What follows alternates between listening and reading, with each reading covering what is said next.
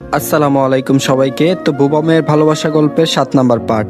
তো গতকালকে অসুস্থতার জন্য ভিডিও দিতে না পারায় আজকে একবারে শেষ পার্ট সহ 2টি পার্ট একবারেই আপলোড করব। আর অবশ্যই চ্যানেলটিকে সাবস্ক্রাইব করে দিবেন। তো বেশি কথা না বলে চলুন গল্প শুরু করা যাক। পৃথিবীতে প্রতিনিয়ত কত অদ্ভুত কিছুই না হয়, আর আজকে আমি নিজেও অদ্ভুত এক জিনিস করলাম। সেটা হচ্ছে বাসর ঘরে বউয়ের আগে এসে বসে আছি।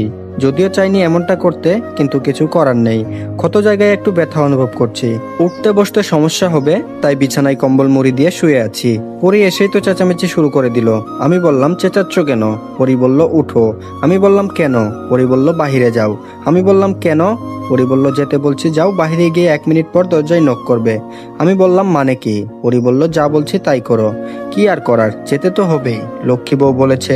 কষ্ট করে বিছানা থেকে বাহিরে আসলাম। পরি ভিতর থেকে দরজা লক করে ফেললো। আমি বারান্দায় দাঁড়িয়ে আছি। হঠাৎ মনে একবার উঠোনের দিকে তাকালাম, আবারও ভেবাচেকে খেলাম। এবার একজন নয়, 4-5 জন। সবার পরনে ব্ল্যাক ড্রেস, সবকিছুই ব্ল্যাক। মাথায় এবং মুখে বিভিন্ন আকৃতির মুখোশ বিদ্যমান। সবাই উঠোনের শেষ প্রান্তে দাঁড়িয়ে আছে। আমাকে দেখে ইশারা করলো তাদের কাছে যেতে, কিন্তু আমি ভয় পেলাম না। অপেক্ষা করছি 1 মিনিট কখন হবে। আজকে 1 মিনিটও যেন 1 ঘন্টা লাগবে। আমার মনে হচ্ছে এই বুঝি কেউ পিছন থেকে আমার শরীর বরাবর গুলি করবে। তা হলো না। আমি যতবার তাকাচ্ছি ততবার তারা আমাকে কাছে যেতে ইশারা করছে। আমি সঠিক সিদ্ধান্ত নিতে পারছি না কি করব। তবে না যাওয়াটা শ্রেয়। নিশ্চয়ই তারা শুভ্রার লোক। না, আজকে রাতের মাঝে ঠিক করতে হবে কোথায় আশ্রয় খুঁজবো। অবশেষে 1 মিনিট পূর্ণ হলো। আমি একটু জোরে জোরে দরজায় কড়া নাড়তে লাগলাম। পরি দরজা খুলে দিল। আমি কোনো রকম প্রাণটা নিয়ে ভিতরে প্রবেশ করে দরজা বন্ধ করে ফেললাম। পরি বলল, কি হলো, এভাবে ভিতরে আসলে কেন? আমি বললাম, না কিছু না। পরি এবার বড় ঘুমটা টেনে আমার পায়ে সালাম করলো। এতক্ষণে মনে পড়লো আজকে আমার বাসর রাত। বাসর রাত তো দেখে বুঝার উপায় নেই এটা বাসর ঘর নাকি নর্মাল ঘর। নেই সাজসজ্জা, ফুলের অস্তিত্ব তো দূরে থাক। ও শিট, মনেই নেই কেউ একজন পায়ে সালাম করেছে, তাকে উঠাতে হবে। পরি বলল, এতক্ষণ লাগলো? আমি বললাম, মনে ছিল না। পরি বলল, আমাদের যে বিয়ে হয়েছে এটা মনে আছে? আমি বললাম, হালকা। পরি বলল, একদম কিন্তু দিব। আমি বললাম, আচ্ছা বিছানায় চলো, আমি কুলে নিতে পারবো না, আমি অসুস্থ। পরি বলল, আমি সেটা জানি পাগল। আমি বললাম, আগামীকালের ভিতর এই শহর ছাড়তে হবে। পরি বলল, হুম। আমি বললাম, কিন্তু পরি কোথায় যাব ঠিক করেছো? পরি বলল, রাঙামাটি। আমি বললাম, সেখানে কি নিরাপদ আশ্রয় পাবো? পরি বলল, হুম। সেখানে আমার একজন পরিচিত আছে, যেখানে অনায়াসে কয়েকটা বছর গা ঢাকা দিয়ে থাকলেও কেউ বুঝবে না। আমি বললাম, আব্বু আম্মুকে কিভাবে বুঝাবো? পরি বলল, তাদেরকে আমি বুঝাবো। আমি বললাম, আচ্ছা ঠিক আছে, তাদেরকে বলবো আমরা ঢাকায় যাচ্ছি, আর ফোনে তো কথা হবেই। আমি বললাম, হুম, সরি। পরি বলল, কিসের জন্য? আমি বললাম, এরকম একটা বাসর রাত রচিত করার জন্য। পরি বলল, দূর, আমার কাছে এটাই বেস্ট।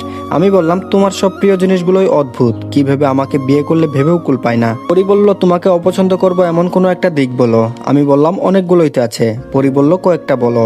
আমি বললাম, সব থেকে বেশি উল্লেখযোগ্য কারণ সেটা হলো আমি দেখতে এত স্মার্ট না, চেহারার গঠন ততটা মিল নেই। পরি বলল, এটা সবটা তোমার ভ্রান্ত ধারণা মিস্টার, তুমি অনেক স্মার্ট, তোমার চেহারার একটা অদ্ভুত মিল আছে, তোমার শরীরের সব অঙ্গ প্রত্যঙ্গ সবকিছুই ঠিকঠাক আছে, অযথা মিথ্যা বানোয়াট কথা বলো না তো। আমি বললাম, সত্যি তো?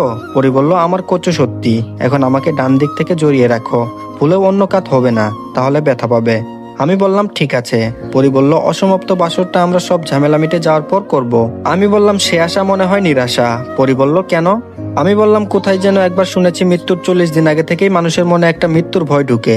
আমার মনে অনেক দিন আগে থেকে এই ভয়টা ঢুকেছিল, কিন্তু বুঝতে পারিনি মৃত্যু এত সন্নিকটে আমার।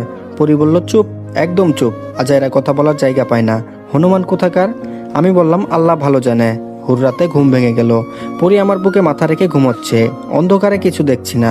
চোখ বুঝতে চেষ্টা করলাম, কিন্তু ঘুম আর আসছে না। তাই আমিও অপর হাত দিয়ে পরীকে একটু জড়িয়ে ধরে ওর কপাল থেকে এলোমেলো চুলগুলো সরিয়ে একটা ভালোবাসার স্পর্শ এনে দিলাম। মেয়েটার বাহিরের জগৎ ভিন্ন হলেও মনের দিক দিয়ে সে এখনো পিচ্ছি। আজও মনে পড়ে সেই দিনের কথা, খুব বেশি দিনের নয়। কি অভিনয়টা আমার সাথে করলো! প্রথমে কাজল চোখে চেয়ে থেকে আমাকে কাবু করলো, পরে করলো বুবা হওয়ার অভিনয়, আবার ভিনদেশি সেজে। একটা মেয়ে মানুষের মাথায় এত বুদ্ধি থাকতে পারে, সেটা অভাবনীয়। ইস, এভাবে যদি প্রতিটা ভোরটাকে বুকের সাথে মিশিয়ে রাখতে পারতাম, জীবনটা ধন্য হতো। এত সহজে আমাকে আপন করে নেবে কে জানতো। তাই তো এখন আকস্মিক মৃত্যুতে কষ্টটা হৃদয়ের গহীনে ছুঁয়ে যাবে, আত্মা আমার অতৃপ্ত রয়ে যাবে। কি জানি আমার শূন্যতা কতটা যাতনা দিবে তাকে, কতদিন কাঁদবে আমার জন্য কে জানে। দূর, কি সব আজগুবি চিন্তা করছি। আমার তো আজকে দিনের মাঝে অনেক দূর চলে যাব। ঘুমের ঘরেই পড়ে আমাকে আরো শক্ত করে জড়িয়ে ধরলো, আমার বুকের সাথে একদম লেপ্টে আছে। ইচ্ছে করছে সারাটা জীবন বাহুডোরে বেঁধে রাখি, কিন্তু তার আর উপায় নেই। ঘুম আসছে না, তাই মোবাইলটা বিছানার পাশ থেকে নিয়ে ডিসপ্লে অন করলাম। স্ক্রিনের সামনে মেসেজের নোটিফিকেশন দেখতে পেলাম। মেসেজ চেক করে তো রীতিমতো অবাক। একদম অপরিচিত একটা নাম্বার থেকে মেসেজ এসেছে। মেসেজে লেখা ছিল, নিজের পায়ে নিজে কোড়াল মারলি, যদি পারিস বাকি সময়টা পরিবারকে সময় দে। অন্যদিকে যাওয়ার চিন্তা ভাবনা করিস না, নিজের বিপদ নিজে ডেকে এনেছিস। এখন বাকি জীবনটাও পাণ্ড করতে না চাইলে বাড়ি থেকে কোথাও না যাওয়াটা বেটার। রীতিমতো ভাবনায় পড়ে গেলাম মেসেজ দেখে। কে হতে পারে, আমার শত্রু না মিত্র, সঠিক বুঝতে পারছি না। নাম্বারটা তো অপরিচিত, কিন্তু নিজের পায়ে নিজে কোড়াল মারলি এই বাক্যটার মানেটা স্পষ্ট বুঝতে পারলাম না। কিসের ইঙ্গিত দিল? 7 নাম্বার পার্টটি এখানেই সমাপ্ত হলো। তো 8 নাম্বার এবং লাস্ট পার্টটিও আপলোড হয়ে গেছে, আপনারা দেখে